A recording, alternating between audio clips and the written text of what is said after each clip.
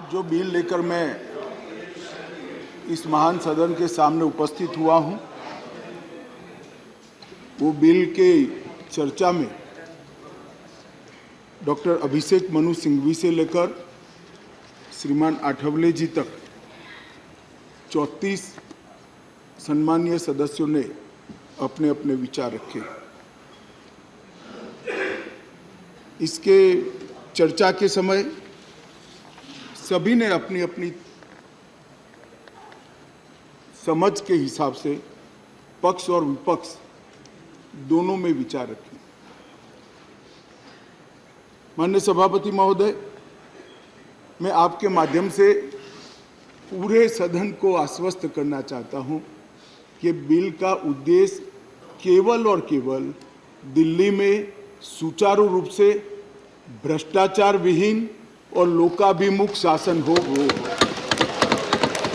अब किसी को भ्रष्टाचार विहीन और लोकाभिमुख शासन में विरोध है तो इसका तो मेरे पास कोई जवाब नहीं है, मगर मैं इतना जरूर आश्वस्त करना चाहता हूं कि बिल के एक भी प्रावधान से मान्यवर, पहले जो व्यवस्था थी जब इस देश में कांग्रेस की सरकार थी, वो व्यवस्था में किंचित मात्र भी परिवर्तन नहीं हो रहा है।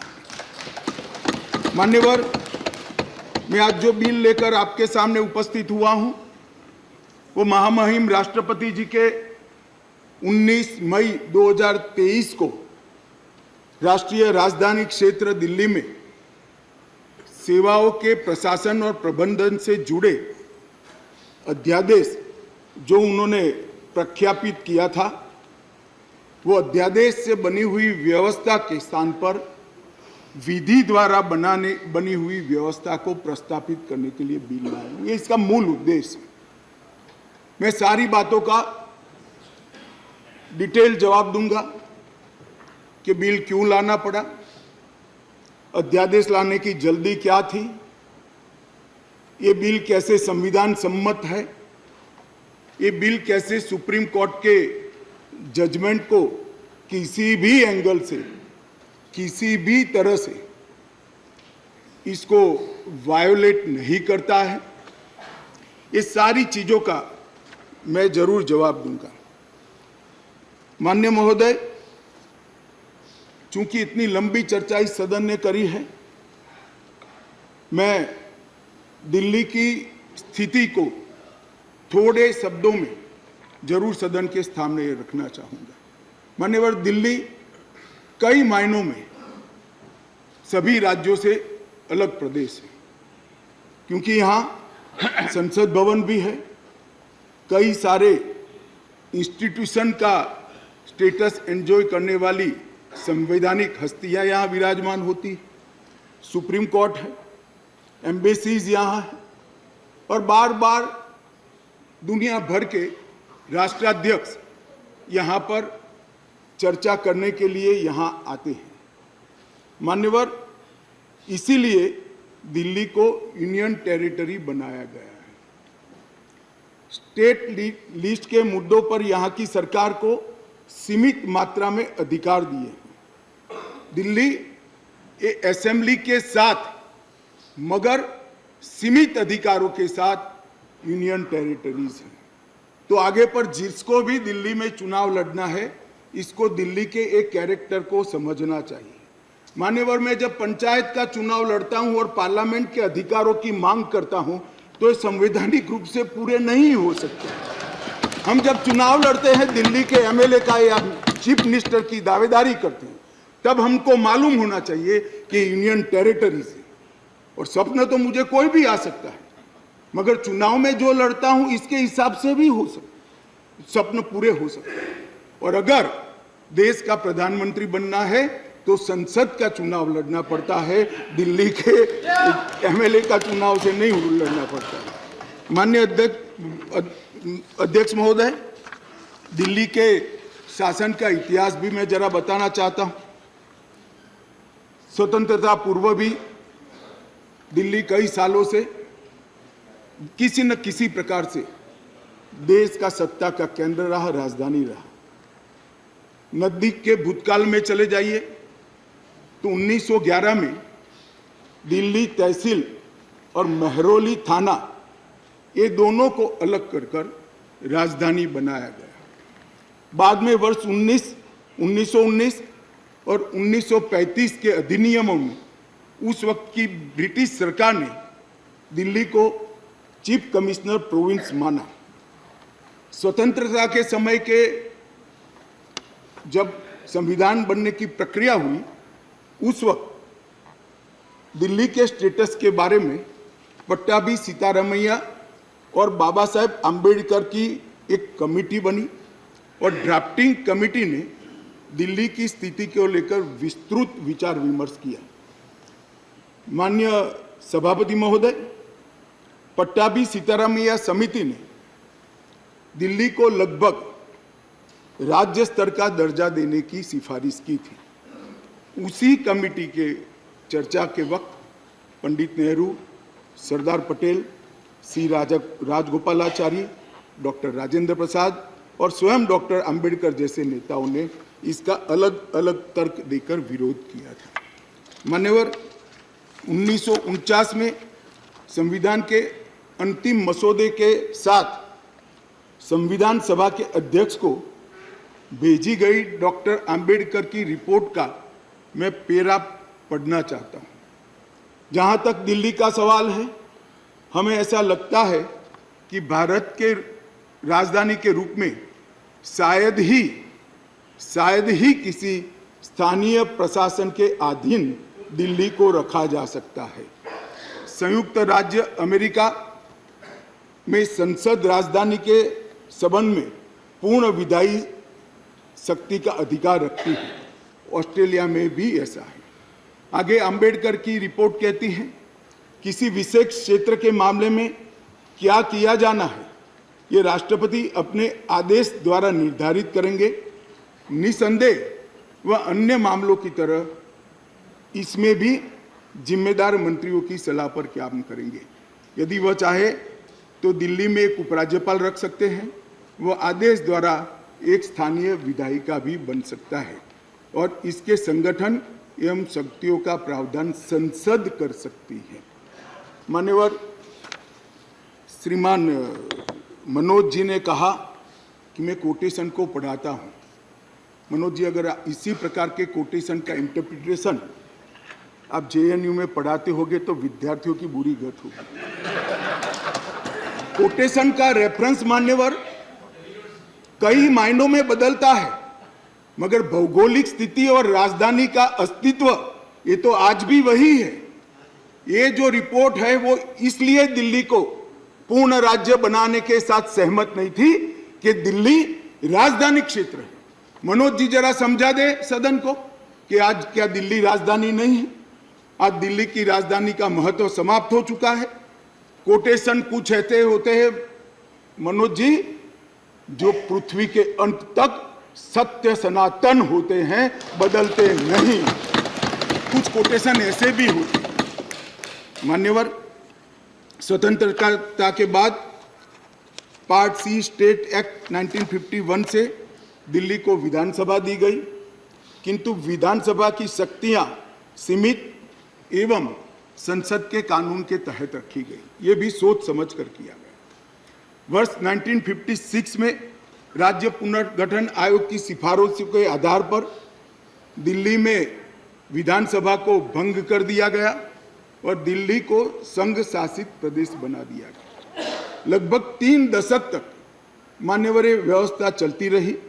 87 में सरकार या कमेटी बनी जो बाद में बालकृष्णन कमेटी में परिवर्तित हुई और उसमें 1991 में 69वां संवैधानिक संशोधन किया, जिसमें संविधान में धारा 239 ए डाली गई और दिल्ली को विशेष दर्जा दिया गया।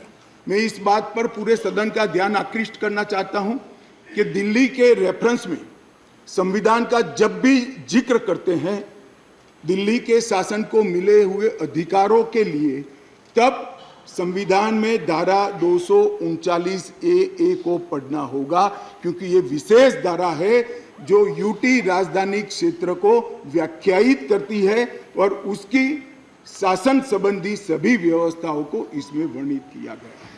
अब इसमें आप यहाँ पर ऐसा भाषण करेंगे कि आज दिल्ली की बारी है, कल उड़ीसा की है, आज दिल्ली की बारी है, कल आंध्र प्रदेश की है, आज दिल्ली की बारी है, कल फलाने राज्य की है। कोई संसद सदस्य ऐसी बातें सुन के अपना मत नहीं बदलेगा। राघव जी, आप जरा भी चिंता मत करिए। ऐसा नहीं है कि सिर्फ आप पढ़ सकते हैं, सभी लोग पढ़ सकते हैं, सभी लोग समझते हैं और सभी लोग चीज़ों को जानते भी हैं। सभी लोग जानते हैं कि इस प्रकार के बदलाव किसी राज्य में नहीं हो सकते, यूटी में ही हो सकते। मगर प्रॉब्लम इसमें राज्य और यूटी का नहीं है।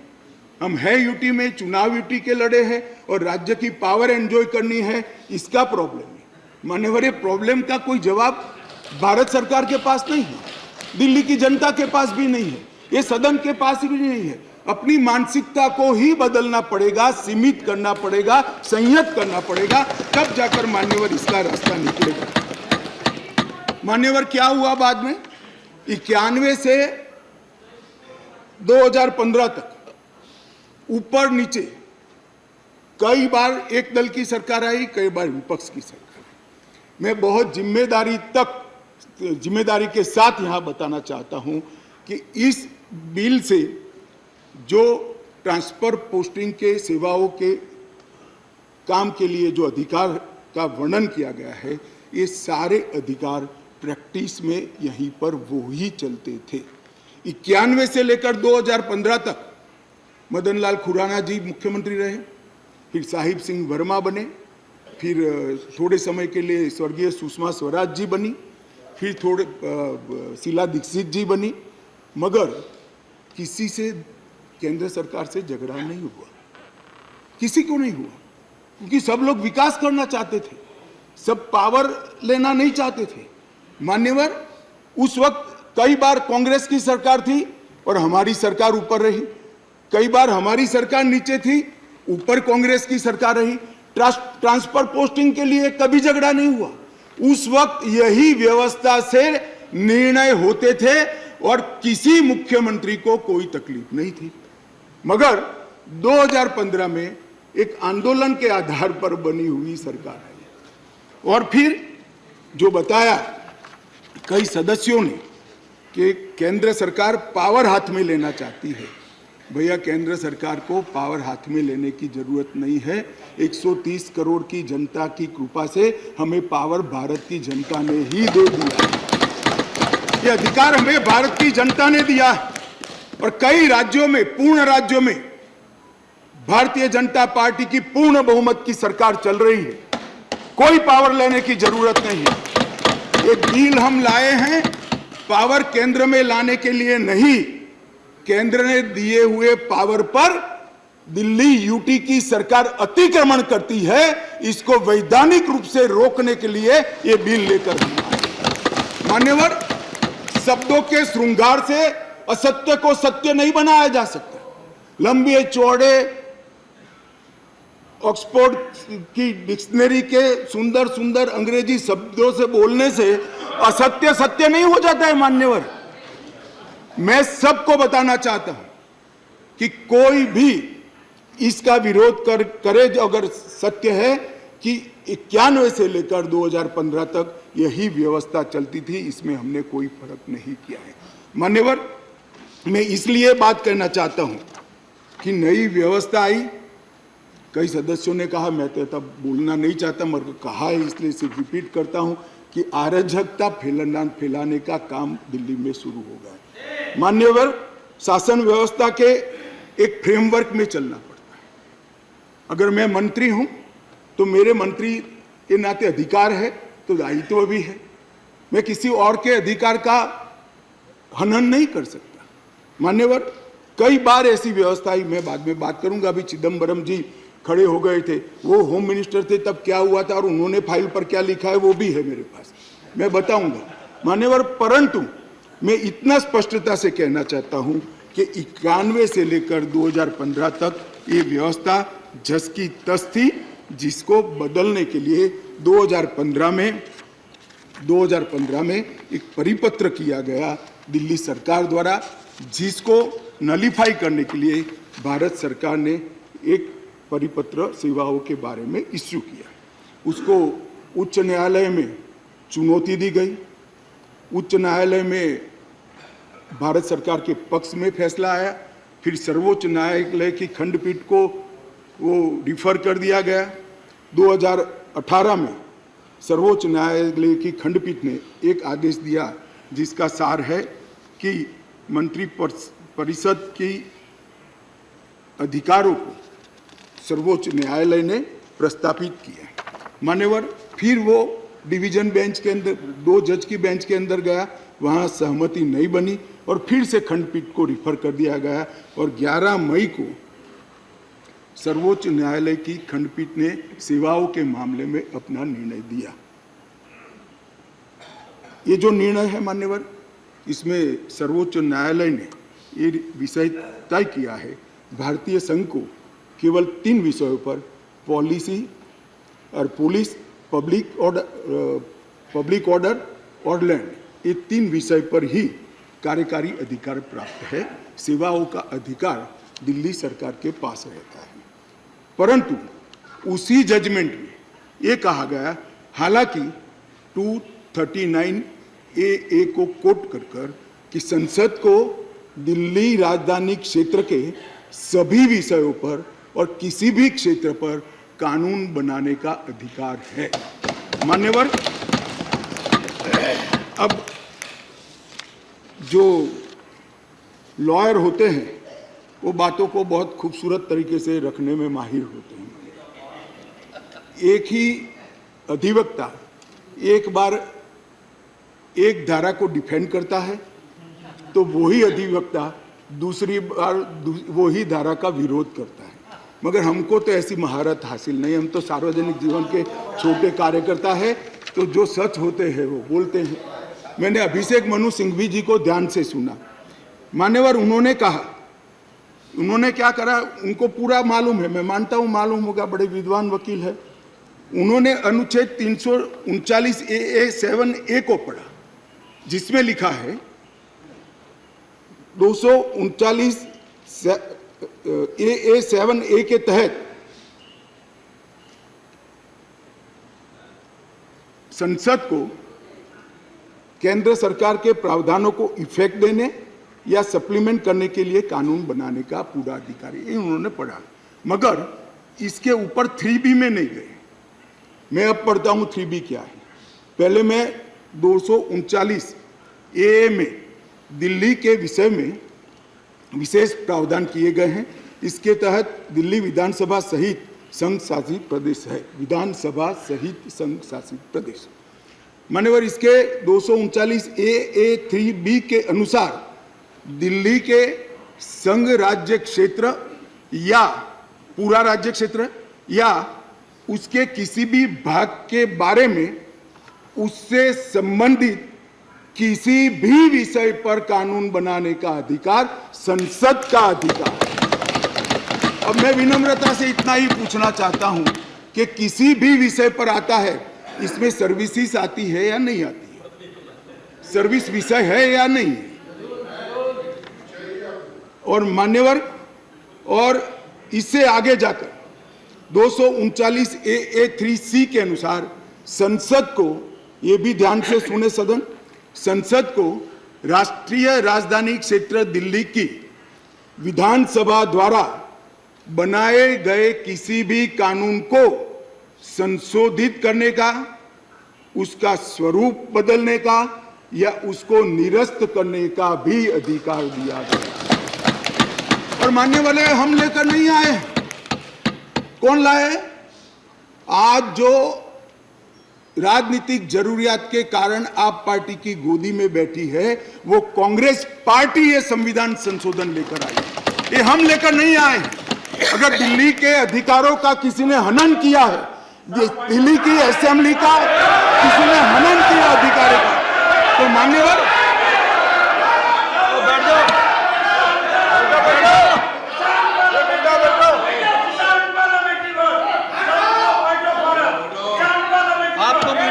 लगी होगी, बैठ जाओ, आपको तकलीफ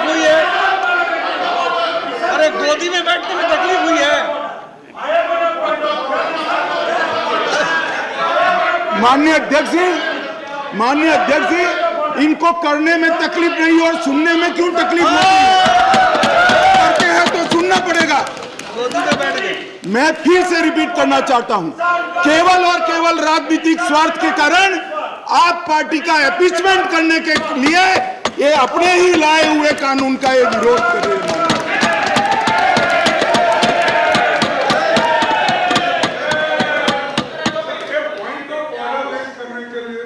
कैसा point of order?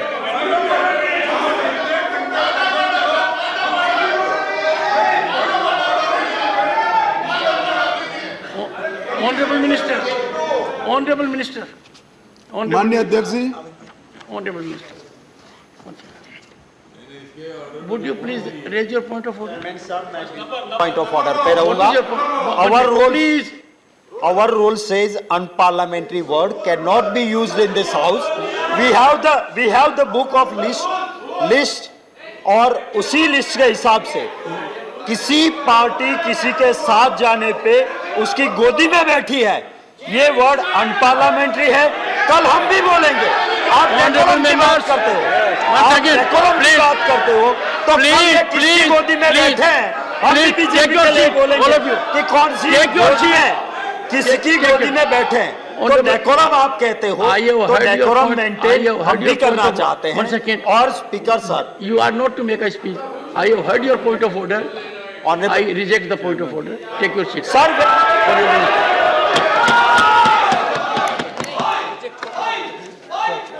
Honorable Minister.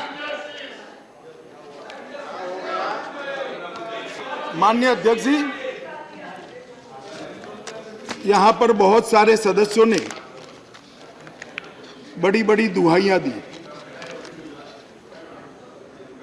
संविधान की दुहाइयां दी, डेमोक्रेसी की दुहाइयां दी और अदालत के फैसले की सम्मान करने की दुहाइयां दी।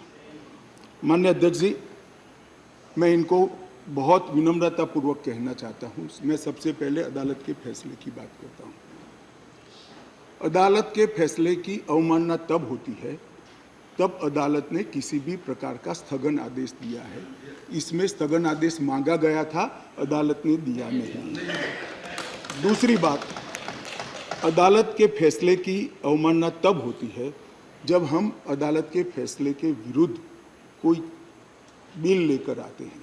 यहाँ अदालत ने अपने फैसले में स्वयं कहा है कि दिल्ली संघ राज्य के लिए देश की संसद किसी भी प्रकार का कानून बना सकती है। और माननीय अध्यक्ष जी, मैं सर्वोच्च अदालत के प्रति अति विनम्रता रखते हुए बताता हूं कि कई फैसले ऐसे होते हैं जो न्याय की कानून की इंटरप्रिटेशन करते वक्त अदालत देती है, मगर आज की जनभावनाओं के अनुरूप वो नहीं पाए जाते हैं।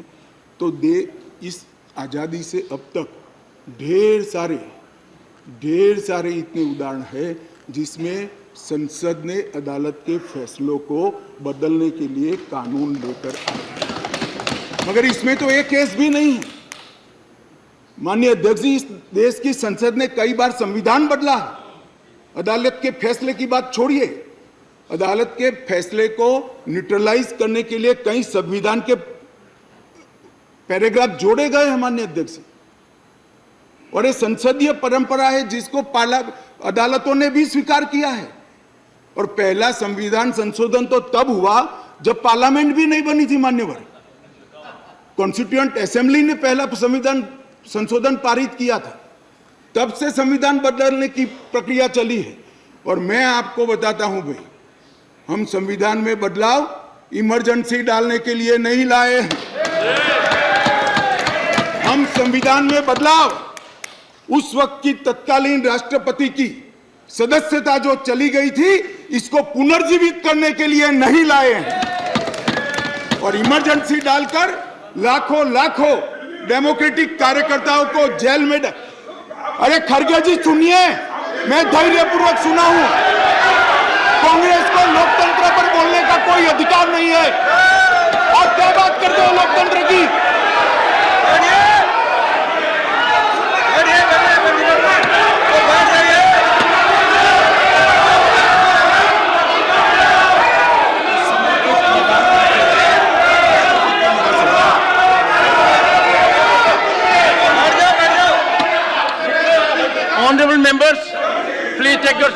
Take your seat. Nothing will go on record. Take your seat. Take your seat. One second, please.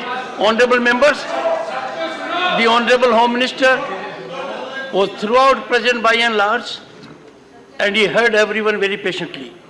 And everyone in the House, now he has a right and duty as Home Minister to address the House. He is... Something wrong? Honorable Home Minister, nothing will go regard. Please. मान्यवर, मैं थोड़ी जल्दबाजी में प्रधानमंत्री की जगह राष्ट्रपति बोल गया, इसलिए मैं थोड़ा फिर से रिपीट करना चाहता हूं। इस देश के पूर्व प्रधानमंत्री की सदस्यता बचाने के लिए हम ये बिल नहीं लेकर आए। ये बिल संविधान की भावनाओं को संभालने के लिए हम लेकर आए। और मान्यवर, इमरजेंसी डाली गई, हम तो बहुत छोटे थे उस वक्त। ये बिल पर ही है, ये बिल पर ही है। भैया डिस्कस, मान्यवर ऐसा है कि जब ये लोग बिल पर चर्चा कर रहे थे, मुझे डेमोक्रेसी समझा रहे थे, तो मैं उनको डेमोक्रेसी समझा रहा हूं कि डेमोक्रेसी क्या है। इमरजेंसी के अंदर मान्यवर 3 लाख से ज्यादा राजनीतिक दलों के बड़े बड़े नेताओं को जेल में डाल दिए गए, जेल में डाल दिए। माननीय अध्यक्ष जी, सारे अखबारों पर सेंसरशिप डाल दी गई। माननीय अध्यक्ष जी, इंडियन एक्सप्रेस ने अपने संपादकीय को खाली रखना पड़ा। माननीय अध्यक्ष जी, ये लोग डेमोक्रेसी की बात कर रहे हैं, ये लोग डेमोक्रेसी की बात कर रहे हैं। माननीय अध्यक्ष जी, और जब माननीय अध्यक्ष जी इन्होंने पूछा कि भाई अध्यादेश आप लाए थे, तो एक बहुत सुंदर क्रोनोलॉजी देश के मतदाताओं को गुमराह करने के लिए। माननीय अध्यक्ष जी, इसका जवाब मुझे देना ही पड़ेगा, फिर से उनकी भावनाएं उद्वेलित होगी, मगर मुझे देना पड़ेगा। माननीय अध्यक्ष जी, उन्होंने कहा 11 मई को फैसला है और 17 मई को ऑर्डिनेंस लाया गया और 19 मई को एससी को सुप्रीम कोर्ट को छुट्टी पर जाना था, तब ऑर्डिनेंस को घोषित किया गया। माननीय अध्यक्ष जी, मैं इसका तो पूरा क्यों करना पड़ा, इसका मुझे जस्टिफिकेशन देना चाहिए, क्योंकि विरोध भी 2 दर्ज हुए इसी विषय पर। परंतु मैं उनको ये कहना चाहता हूँ, और ये एक मुद्दे कौन खड़े कर रहे हैं जिनका पूरा जीवन सुप्रीम कोर्ट में वकीलात करते करते गया। उनको ये भी मालूम नहीं है कि वैकेशन बेंच होती है, वैकेशन बेंच होती है, और वैकेशन के अंदर भी अगर उचित लगे तो मुख्य न्यायाधीश महोदय खंडपीठ भी बना सकते हैं, संवैधानिक खंडपीठ भी बना सकते हैं और स्थगन आदेश दे सकते हैं। वैकेशन के बाद क्या हुआ, ऑर्डिनेंस आ गया, वैकेशन के बाद चैलेंज किया, चैलेंज कर स्थगन आदेश मांगा, सुप्रीम कोर्ट ने नहीं दिया, आज भी नहीं है। मैं तो बिल लेकर आया हूं। अब ये क्रोनोलॉजी का क्या मतलब है बताइए। मगर यहां चर्चा कर एक भ्रांति खड़ी करना कि हमारे अधिकारों को लेने के लिए लालायित थे। भैया, अधिकारों को लेने के लिए लालायित नहीं थे, हम दिल्ली की जनता के अधिकारों की रक्षा के लिए लाए। इसलिए मान्यवर, ये जल्दी करनी पड़ती। मान्यवर, मैं आगे बताता हूं कि जल्दी क्यों करनी पड़ी। मान्यवर, अब मेरे पास भी एक क्रोनोलॉजी है, जरा उसको धैर्य से सुनना चाहिए। मान्यवर, 11/5/23 को ये अध्यादेश आया और ये फैसला है। फैसला लगभग 3-4 बजे के आसपास घोषित हुआ। उसके बाद में 5:30 बजे फैसला क्या था मान्यवर? फैसला तो ये था कि संवैधानिक खंडपीठ ने एक फाइंडिंग दिया है, ये रेगुलर बेंच के सामने जाएगा, रेगुलर बेंच हियरिंग करेगी और बाद में इस पर आदेश पारित करेगी, तब जाकर फैसला लागू होगा। फैसला तो अभी लागू भी नहीं हुआ है। मगर जल्दबाजी किसको कहते हैं मैं बताता हूं श्रीमान राघव चड्ढा जी। जल्दबाजी इसको कहते हैं कि अभी आदेश तो पारित भी नहीं हुआ था, एक नीति विषयक फैसला लिया जो 2 जजों की खंडपीठ ने सुनकर उस पर आदेश पारित किया जाना था, इसके बाद इंप्लीमेंटेशन होना था। 11/5 को शाम को 5:30 बजे एक नोट सर्कुलेट कर दिया गया कि आज 5:30 बजे तक पात्र अधिकारियों की सूची के साथ जो इस पद पर तैनात हो सके सचिव सेवाओं के मतलब सेक्रेटरी सर्विस के लिए एक नोट प्रस्तुत किया गया। ट्रांसफर करना भी चालू कर दिया। बोले अभी तो खंडपीठ 2 जजों की खंडपीठ का जजमेंट भी नहीं आया और ट्रांसफर करना चालू किया। सोशल मीडिया में घोषणा कर दी, अभी तो एप्लीकेशन मंगाई, नोट मंगाया है, सोशल मीडिया पर कह दिया श्री आशिक माधवराव मोरे को बदल दिया गया। कैसे बदलोगे भाई, कैसे बदलोगे मान्यवर? और इसके आगे मैं जाना चाहता हूं। इसके बाद सतर्कता विभाग विजिलेंस के मिनिस्टर ने सभी सहायक निर्देशकों को आदेश दे दिया कि विशेष सचिव सतर्कता को रिपोर्ट न करिए, उनको डायरेक्ट रिपोर्ट करिए। अब जो एडमिनिस्ट्रेशन मुझे समझाते थे मैं उनको समझाना चाहता हूं, डायरेक्ट जॉइंट डायरेक्टर लेवल का ऑफिसर सीधा मंत्री को रिपोर्ट करे, ऐसा कैसे हो सकता है भाई? कैसे हो सकता है? ये एडमिनिस्ट्रेशन है क्या? किसके साथ में खड़े रहे हो? जवाब देना पड़ा दिल्ली की जनता को भाई मान्यवर। इसके बाद सतर्कता विभाग के मंत्री जी ने आदेश दे दिया 13 तारीख को कि मैन्युअल के पैरा 2.22 के उल्लंघन किया, जिसमें विजिलेंस सेटअप के कार्यबल सीवीओ के परामर्श से संगठन के प्रमुख संगठन में प्रभावी सतर्कता प्रबंधन के लिए कार्यबल तैनात करने के निर्देश बनाने के लिए सूचना कर दी। अब मुझे ये समझ नहीं आता है, अभी तो संवैधानिक खंडपीठ ने खंडपीठ को आदेश भेजा है, इंटरप्रिटेशन भेजा है, इस पर खंडपीठ ने 2 जजों की खंडपीठ ने सुनवाई करनी है और फिर जजमेंट देना है। यहाँ पूरा इम्प्लीमेंटेशन कर दिया। मगर विश्व में कोई भी विज्ञान का नियम है, कोई भी चीज अकारण नहीं होती। ये विजिलेंस विभाग को ही क्यों टारगेट बनाया गया? ट्रांसपोर्ट को नहीं बनाया गया, सफाई को नहीं बनाया गया, जल बोर्ड को नहीं बनाया गया, जल विभाग को नहीं बनाया गया, मान्यवर रोड एंड बिल्डिंग को नहीं बनाया गया, सोशल वेलफेयर को नहीं बनाया। ये सारे शासन के साथ जुड़े हुए भी नहीं है क्या? ये किसी में जल्दी नहीं हुई, सिर्फ विजिलेंस में हुई। अब मैं इस कारण बताना चाहता हूं कि सदन में विजिलेंस में क्यों जल्दी हुई मान्यवर। इसके अंदर आबकारी घोटाले की, शराब घोटाले की फाइल विजिलेंस में पड़ी थी। इसलिए मान्यवर आधी रात को विजिलेंस डिपार्टमेंट खोलकर फाइलों की हेराफेरी करने की फरियाद दिल्ली पुलिस को मिली है मान्यवर। केशव राव जी कहते थे हम तो ना इनके साथ है ना उनके साथ है, ना आपसे जुड़ाव है ना उनसे जुड़ा है। बीआरएस वालों का भी इस शराब घोटाले के साथ आप पार्टी के साथ जुड़ाव है, इसीलिए आप वहां बैठे हो मान्यवर। एक फाइल थी आबकारी घोटाले वाली, दूसरी फाइल थी एक यहाँ पर शीश महल बना है मान्यवर, बहुत बड़ा शीश महल। हमने When we speak, you stop us. Sheesh Mahal is allowed to नहीं, एक मिनट मान्यवर, शीश महल में असंसदीय क्या है? अभी मैं आगे तो बोला ही नहीं। What is your objection? What is the problem? For sake of objection, you are raising objection. क्या है? पागल हो गया है। No, you just want to hold the floor. 258. Sorry, please. 258. Sorry. Let us not make issue of non-issues. 258. Take your seat. 258. Take your seat. 250. Sit down. You want Take me your to sit? seat. Okay, I'll sit. Take your seat. Take your seat, please. Take your seat. 258. Take your seat. Honorable Minister. मान्यवर, मैं कहता हूं शीश महल में क्या असंसदीय है, चर्चा करें जरा खड़े होकर। वैसे ही व्यवधान करने के लिए खड़े हो जाते हैं, जरा समझाइए।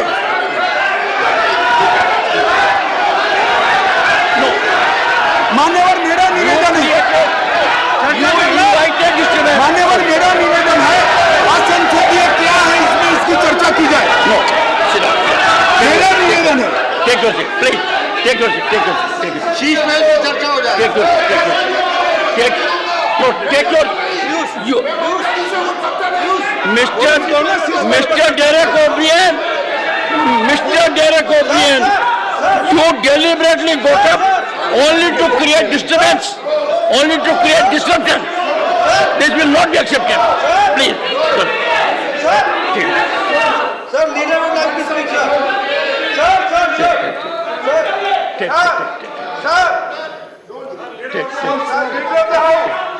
Please. Sir, leader of the house. No, please. Honorable Minister.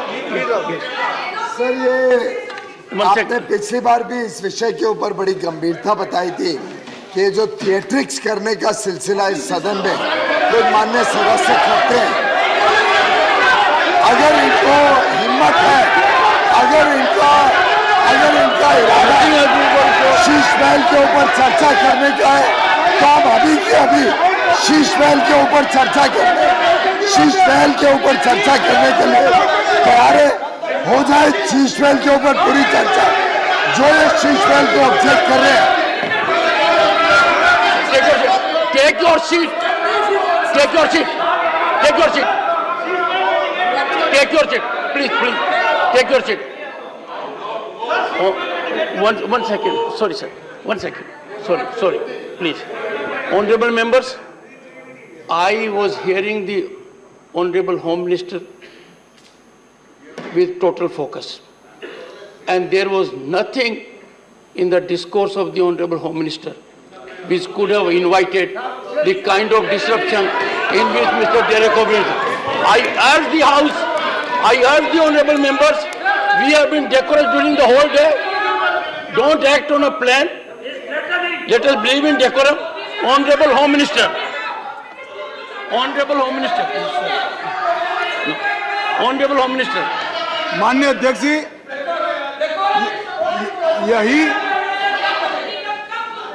Honorable जिसको Home Minister. निशाना बनाया गया वही विजिलेंस की ऑफिस में मुख्यमंत्री के नए बंगले पर खर्च हुए अवैध खर्चे के लिए और आवंटित की गई राशि से 6 गुना ज्यादा खर्चे के लिए जांच की फाइल भी उसी के अंदर थी। माननीय अध्यक्ष जी, माननीय सुप्रीम कोर्ट ने एक ऑर्डर दिया था कि अपनी पार्टी के, सरकार के नहीं, अपनी पार्टी के प्रचार के लिए दिल्ली सरकार का जो खर्च हुआ है वो खर्च दिल्ली सरकार से नहीं, आप पार्टी से वसूल कर दिल्ली सरकार के खजाने में डाला जाए 90 करोड़ रुपए। इसकी जांच भी यही विजिलेंस डिपार्टमेंट ने की।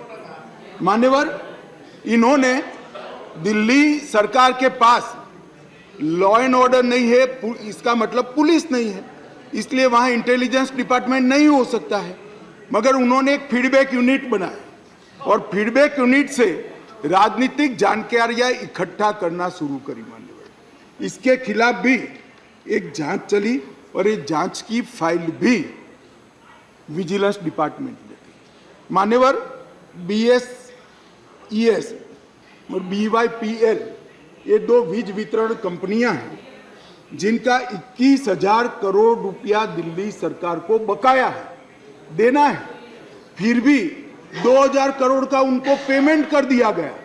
इसकी भी जांच चल रही है, वो जांच की फाइल भी इसी विजिलेंस डिपार्टमेंट में थी। मान्यवर, और ये आधी रात को जो कागज इधर उधर कोड़ने का प्रयास किया गया वो ही इमरजेंसी थी। चिदम्बरम साहब को शायद मालूम नहीं था, इसलिए पूछते थे कि क्या इमरजेंसी थी, तो भाई ये इमरजेंसी थी, इमरजेंसी ये थी। और मान्यवर, अगर ये न करते तो सारे घोटालों की फाइलों को गुम करने का एक नया घोटाला रजिस्टर करना पड़ा और इसलिए इमीडिएटली ऑर्डिनेंस लाना पड़ा जो संविधान सम्मत है।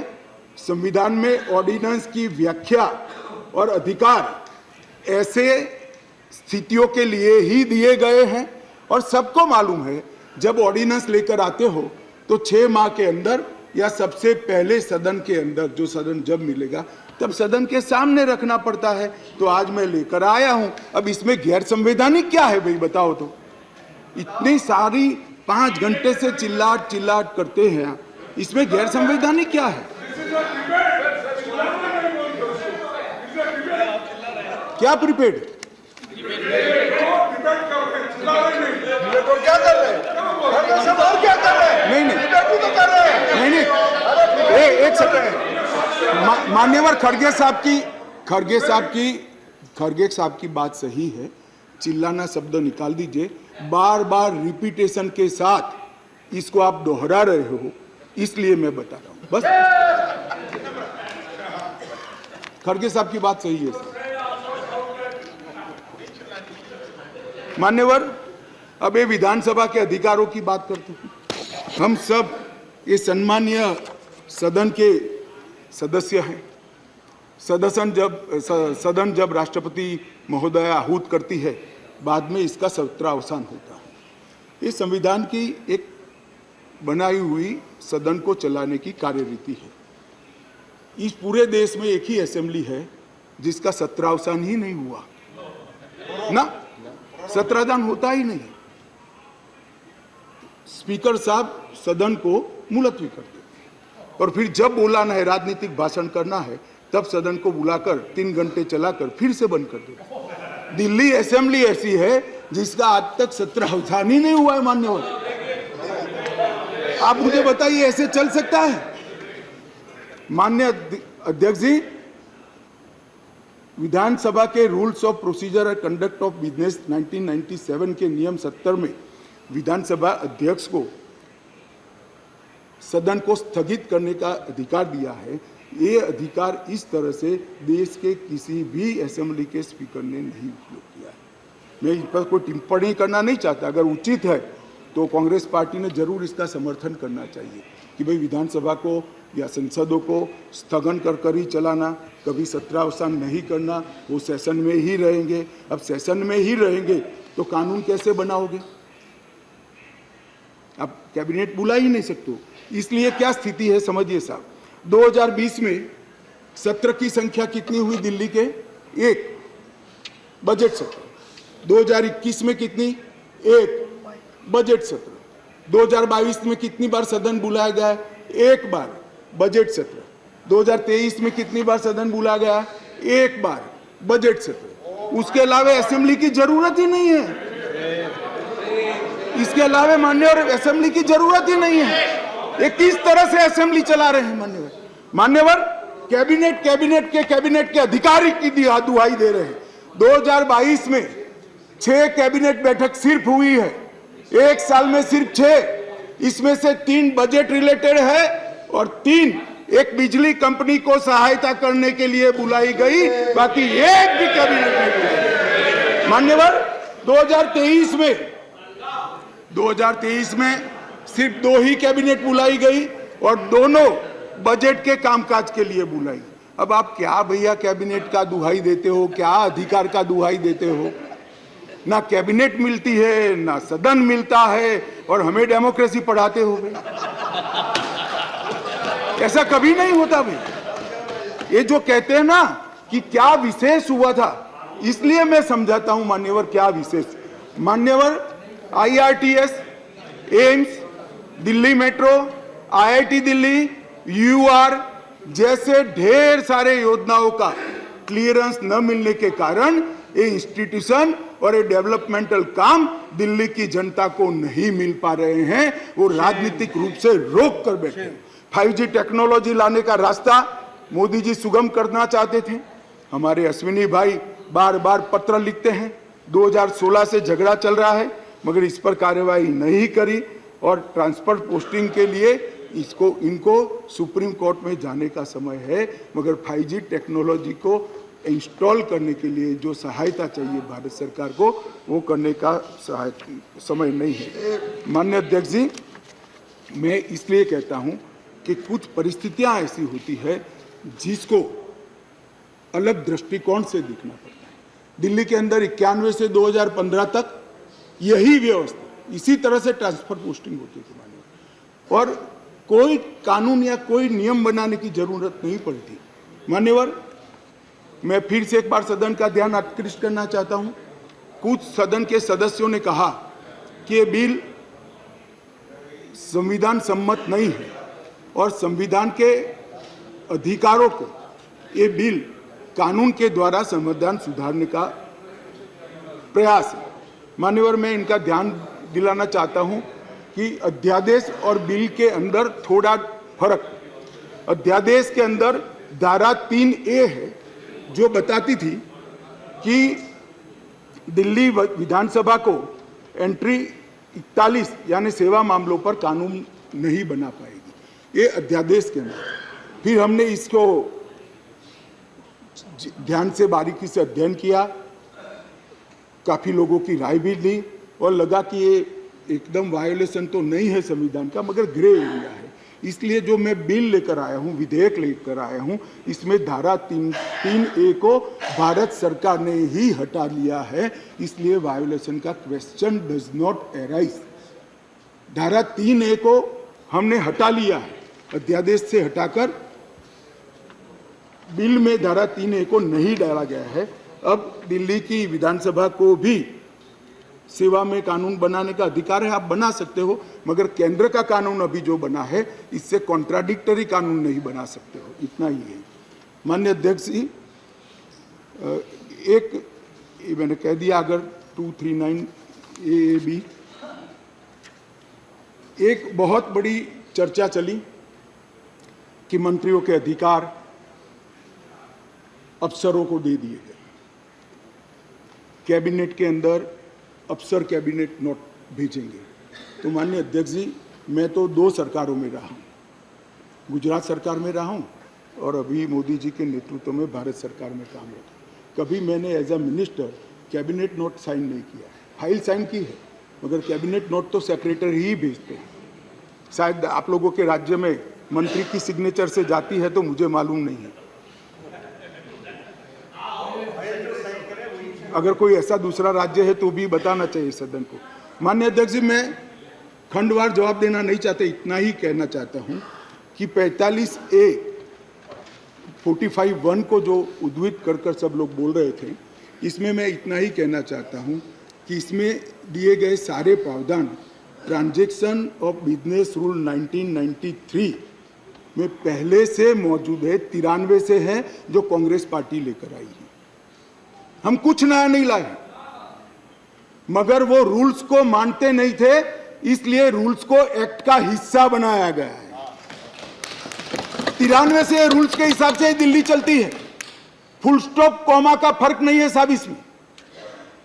ट्रांजैक्शन ऑफ बिजनेस रूल 1993 जो है, जो कांग्रेस पार्टी ने बनाए थे, उसको ही हम एक्ट में आमेज किए हैं और इसलिए करने पड़े हैं कि एक ऐसी सरकार चुनकर आई जो रूल्स को मानती नहीं है, इसलिए एक्ट में डालना पड़ा। मान्यवर, ये सारे अधिकार जो है, अधिकारों का बंटवारा है, कार्य विभाजन है और कार्य पद्धति है, ये सारी की सारी कांग्रेस पार्टी ने बनाई है। अगर कांग्रेस पार्टी में अंतरात्मा है तो इस बिल का समर्थन करना चाहिए। मैं तो आपकी चीज को लेकर खड़ा हूं, मगर ये नहीं करेंगे, मुझे मालूम है मान्यवर, क्योंकि उनको गठबंधन बचाना है, मान्यवर, मैं आपको बताना चाहता हूं, ये आप पार्टी का जन्म ही कांग्रेस का विरोध कर हुआ। लगभग 3 टन जितनी गाली कांग्रेस की सरकार को बोले और बोलकर सरकार में आए, और आज अनधिकृत अधिकार प्राप्त करने के लिए कांग्रेस का समर्थन ले रहे हैं। और कांग्रेस वालों को भी ठीक है, चलो हमारा गठबंधन बने। भाई, मैं बताना चाहता हूं खड़गे साहब, जैसे ही आज शाम को ये बिल खत्म हुआ, पारित हुआ, केजरीवाल जी पलट जाएंगे, ठेंगा दिखाएंगे और कुछ नहीं होने वाला। तो उनका लक्ष्य हम नहीं है, कांग्रेस पार्टी है। जरा इनका चुनावी इतिहास देखिए, उनका लक्ष्य आप हो, वो आपको नहीं छोड़ेंगे।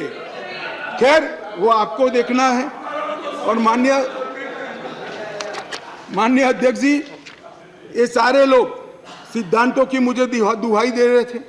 मैं पूछना चाहता हूं, तृणमूल कांग्रेस और कम्युनिस्ट पार्टी आज एक मंच पर है, किस सिद्धांत के तहत है? जरा बताइए तो मुझे, किस सिद्धांत के तहत है? पूरा जीवन एक तृणमूल कांग्रेस पार्टी का जन्म ही कम्युनिस्टों का विरोध करते हुए हुआ है। कांग्रेस पार्टी से वो इसलिए अलग हुए, कांग्रेस पार्टी से इसलिए अलग हुए कि नरसिम्हा राव जी ने कम्युनिस्ट पार्टी से हाथ मिला लिए और आज सत्ता प्राप्त करने के लिए वो इनके साथ बैठे। एक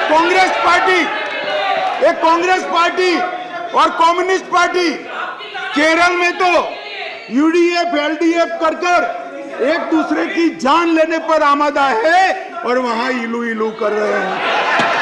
माननीय अध्यक्ष जी, ये जनता दल, ये जेडीएस, माननीय अध्यक्ष जी, जेडीएस, ये नीतीश कुमार जी है। जेडीयू ये नीतीश कुमार जी है, जिनकी राजनीति चारा घोटाले का विरोध कर हुई।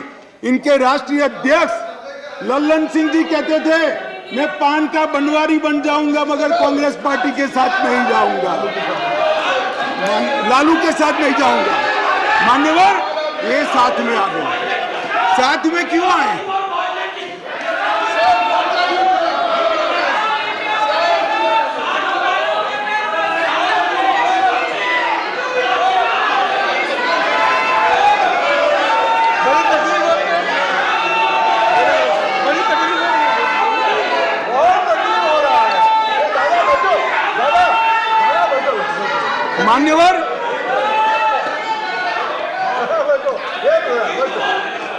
मान्यवर, ये साथ में क्यों आए हैं? ये साथ में इसलिए आए हैं कि उनको भरोसा है कि अकेले कुछ हो नहीं सकता, इकट्ठा हो जाओ तो कुछ तो कर पाएंगे। मगर मैं आज बताना चाहता हूं मान्यवर, और 5-10 लोगों को जोड़ दो, कुछ नहीं होने वाला है। 24 मई में फिर से नरेंद्र मोदी प्रधानमंत्री मान्यवर।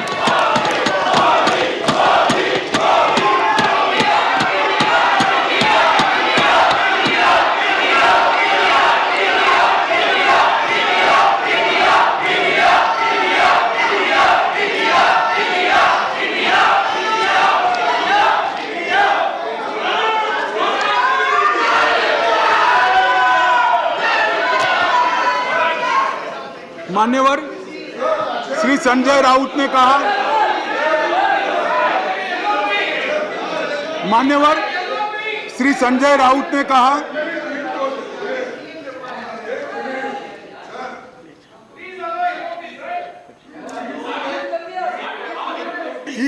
I know, but just take it. Don't get agitated, sir. We will have a good transactional business. Yes, leader of the opposition. Your point of order, sir. देखिए, जरा मुझे 2 मिनट चांस दीजिए बस। देखिए, शाह साहब उन्होंने ऑर्डिनेंस पे बोल रहे हैं, ठीक है, लेकिन ऑर्डिनेंस को छोड़ के वो हमारे इमरजेंसी से लेकर और अब तक जो आगे 2024 में, अरे भाई तो भाई चुप, सब आधे कांग्रेस के हैं इसमें, आधे कांग्रेस में है। देखिए, आप भी सब आप भी थे। तो सर, मेरा एक ही निवेदन है कि शाह साहब अच्छे भाषा में बोलते हैं, हिंदी में अच्छा, जैसा अंग्रेजी में हार्वर्ड को उन्होंने बोले कि अच्छे शब्दों में ऐसा वैसा ही वो भी हिंदी में बहुत अच्छे तरीके से व्याकरणबद्ध हिंदी बोल रहे हैं, ठीक है। लेकिन क्या बोल रहे हैं कि 2024 के इलेक्शन को वो संदेश दे रहे हैं यहाँ से कि हम जीतेंगे। माननीय खड़गे जी, और अपोजिशन का पूरा माननीय खड़गे जी, मान्य खड़गे जी, अपोजिशन के एक क्या है? Second, please. टीका टिप्पणी कर रहे हाँ, हैं। एक सेकंड, मान्य आप खड़गे- अपने मान्य आप खड़गे जी, अपने विषय पे बोलिए। वन सेकंड, मान्य खड़गे जी, आप डिबेट में करीब करीब पूरे समय रहे हैं। हाँ? पर डिबेट में आप करीब करीब पूरे समय रहे हैं, पर कुछ समय आप नहीं थे। मैं आपको कह सकता हूं कि आप रिकॉर्ड को देखिए, सभी सदस्यगण ने अपने भाषणों के अंदर जो आयाम अपनाया है उसका रिस्पॉन्स है। ये नहीं, ये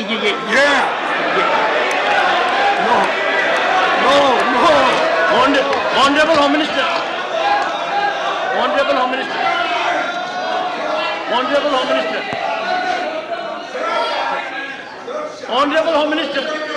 खड़गे साहब मैं ध्यान रखता हूं, मैं ध्यान रखता हूं।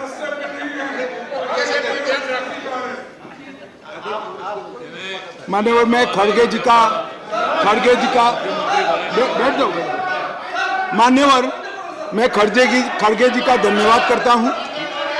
इन्होंने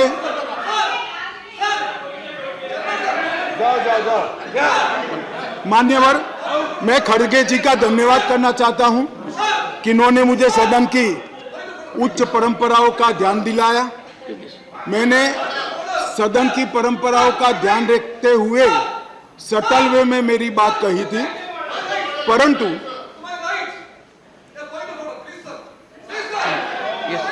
मान्यवर मैंने सटल वे में ही करी थी। मैसेज आधा अधूरा गया था, खड़गे जी ने पूरा मैसेज डाल दिया, इसलिए मैं उनका धन्यवाद करना चाहता हूं। मान्यवर संजय राउत जी ने कहा कि मोदी जी विदेश जाते हैं तो उनका सम्मान होता है, कोई उनका ऑटोग्राफ मांगता है, कोई उनको झुककर नमन करता है, कोई उनसे अपॉइंटमेंट मांगता है, कोई मोदी इज द बॉस कहता है। वो सम्मान मोदी जी का नहीं है, देश का सम्मान। मैं यही कहना चाहता हूं, हमारे मन में कोई मुगलता नहीं है कि नरेंद्र मोदी व्यक्ति का सम्मान है, ये नरेंद्र मोदी नाम के देश के प्रधानमंत्री का सम्मान। मगर इतने सारे देश के राष्ट्रपति, प्रधानमंत्री, राष्ट्राध्यक्ष भारत के प्रधानमंत्री को सम्मान देते हैं, इससे देखकर आप भी जरा देना चालू करो तो थोड़ा अच्छा दिखेगा। मान्यवर कम्युनिस्ट पार्टी के 2 सदस्यों ने मेरी पार्टी का उल्लेख देकर कहा कि मेरी पार्टी का आजादी के आंदोलन में कोई इतिहास नहीं है, हिस्सा नहीं। सुनिए, मगर मैं उनके एक व्यवहारिक जनरल नॉलेज पर क्वेश्चन उठाना चाहता हूं कि जो व्यक्ति का, मतलब इंस्टीट्यूशन के नाते कहता हूं, जो पार्टी का जन्म ही 1950 में हुआ हो, वो आजादी के आंदोलन में कैसे हिस्सा ले सकते हैं भैया? हमारी पार्टी का जन्म ही 1950 में हुआ, हम कैसे आजादी का आंदोलन लड़ेंगे? मान्यवर मगर कई ऐसे हमारे फाउंडर मेंबर थे, श्यामा प्रसाद मुखर्जी से लेकर कई सारे। आज बंगाल अगर भारत में है तो श्यामा प्रसाद मुखर्जी के कारण है, और अगर आज कश्मीर भारत में है तो श्यामा प्रसाद मुखर्जी के कारण। और मान्यवर ये कह रहे थे ये नागपुर से इशारा आता है, नागपुर से। ठीक है भाई, चलो 1 सेकंड के लिए मेरी बात मान लो, नागपुर से इशारा आता है, आपकी बात को मैं मान लेता हूं, मगर नागपुर तो भारत का हिस्सा है, रसिया या चीन नहीं है। आपकी पार्टी तो रसिया और चीन से इशारा लेती थी। मान्यवर ये मुझे क्या कह रहे हैं? कम्युनिस्ट पार्टी बात कर रही है देशभक्ति की, कम्युनिस्ट पार्टी देशभक्ति की बात कर रही है। मान्यवर इनको ये ठीक नहीं लगता। मान्यवर चिदंबरम साहब ने कहा कि दिल्ली के लिए भी बीजेपी का अधिकार नहीं, दिल्ली में बीजेपी की 2 बार सरकार नहीं हुई। तो भाई अगर यही सिद्धांत है तो आपको तो बोलने का ही अधिकार नहीं है। आपके तो ना संसद सदस्य है, ना धारासभा में कोई सदस्य है। हमारे कम से कम 7 संसद सदस्य भारतीय जनता पार्टी के, और यही थियरी को माने तो विपक्ष के नेता ने ढेर सारे राज्यों के लिए वो बोल ही नहीं पाए। यूपी के लिए नहीं बोल पाएंगे, बिहार के लिए नहीं बोल पाएंगे, बंगाल के लिए नहीं बोल पाएंगे, ओडिशा में नहीं बोल पाएंगे, नॉर्थ ईस्ट में। ये सदन का हर सदस्य देश के झर्रे झर्रे के लिए चप्पे चप्पे बोल सकते। किस तरह से देश के गृह मंत्री को रिस्ट्रिक्ट करना चाहते हैं? मान्यवर, मैं सदन का सदस्य हूं तो भी देश के किसी भी हिस्से के लिए चिंता करने का मेरा अधिकार है और संविधान दत्त अधिकार है। मान्यवर, किस प्रकार की बात इतने सीनियर व्यक्ति करते हैं? मान्यवर,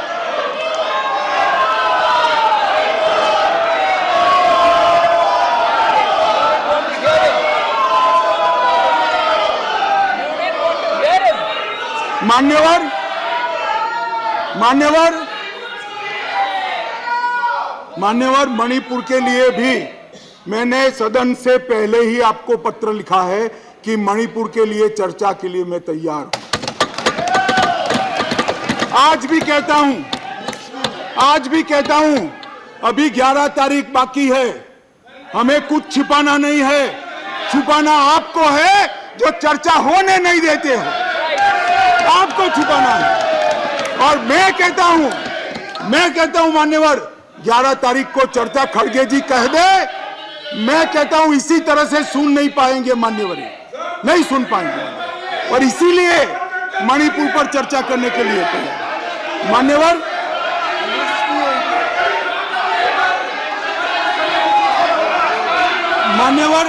उनको मालूम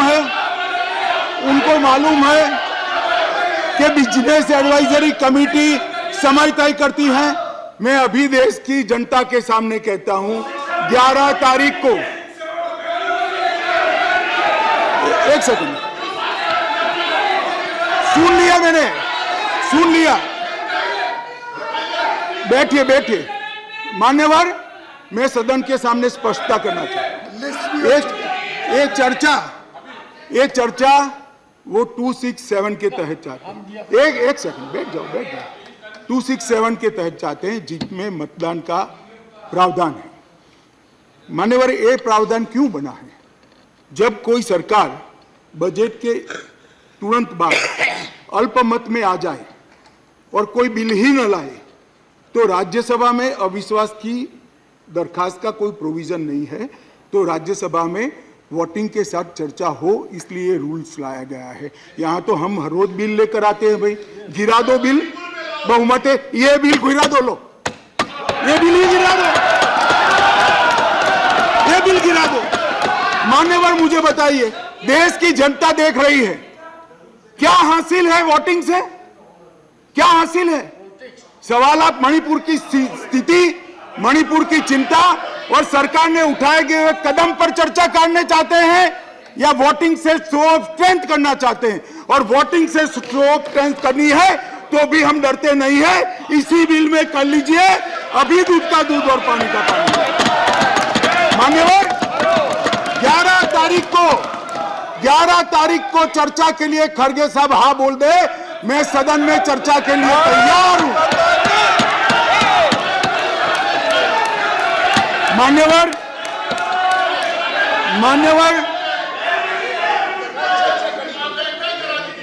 ऐसा है जयराम जी, आपको भी मालूम है अभी नहीं हो सकती।